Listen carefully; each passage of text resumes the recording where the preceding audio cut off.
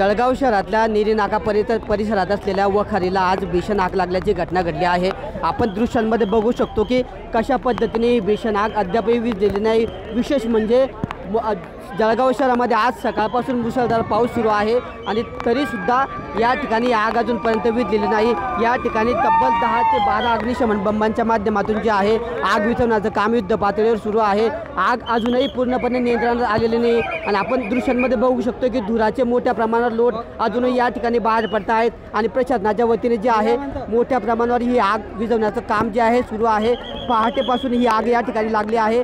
ही आग नेमकी कशी लागली आपल्यासोबत बोलण्यासाठी या वखारीचे मालक आहेत। वखार ना प्लाऊडचं दुकान आहे आमचं। विजेचं सब प्लाऊड वगैरे ठेवता आम्ही, दरवाजे बनवत आहे ना। मशिनरी आमच्या काय 20-1 लाखाची मशिनरीचं नुकसान झालं आहे शॉर्ट सर्किट ना।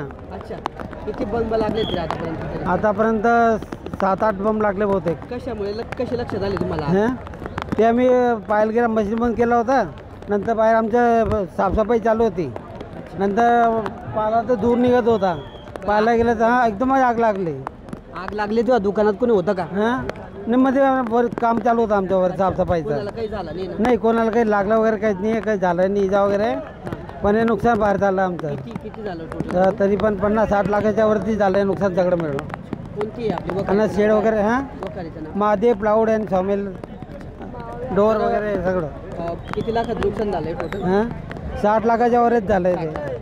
तर आपण बघू शकतो की या ठिकाणी जी आग लागली जवळपास 50 ते 60 लाखाचं या ठिकाणी नुकसान झाल्याचा अंदाज या ठिकाणी मालकाने व्यक्त केलेला आहे। शॉर्ट सर्किटने आग लागल्याचा या ठिकाणी अंदाज आहे।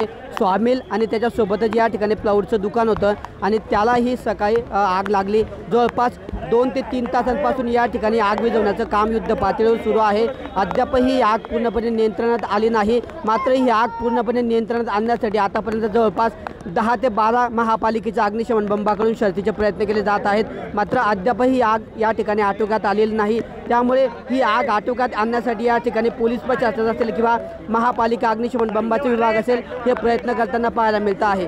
किशोर पाटील, TV9 मराठी, जळगाव।